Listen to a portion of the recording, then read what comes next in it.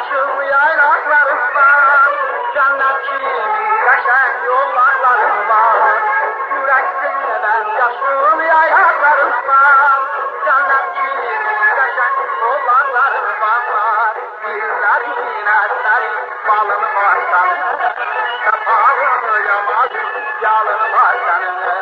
Birlerin eseri balım var senin, kapalı yamaz yalın var senin. Şöhretin büyüyüp bütün dünyanın alanlar yurdunun senden şamanı.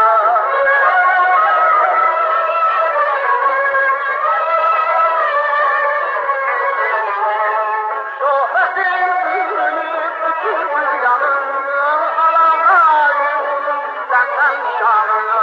Tarih yadineyi senden her zaman kocaman uzanır güzel havalardan.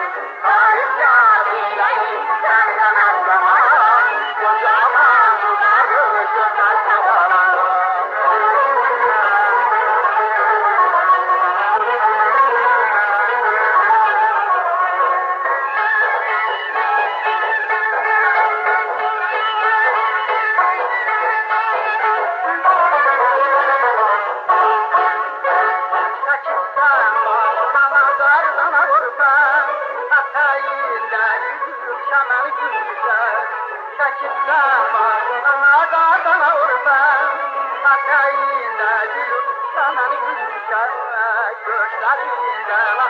Derini bulana, lafa görür sana gelen günahlarına.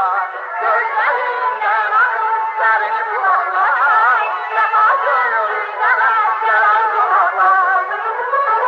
Şöhretin büyüyüp bütün dünyanın alanlar yurdunun senden şanını.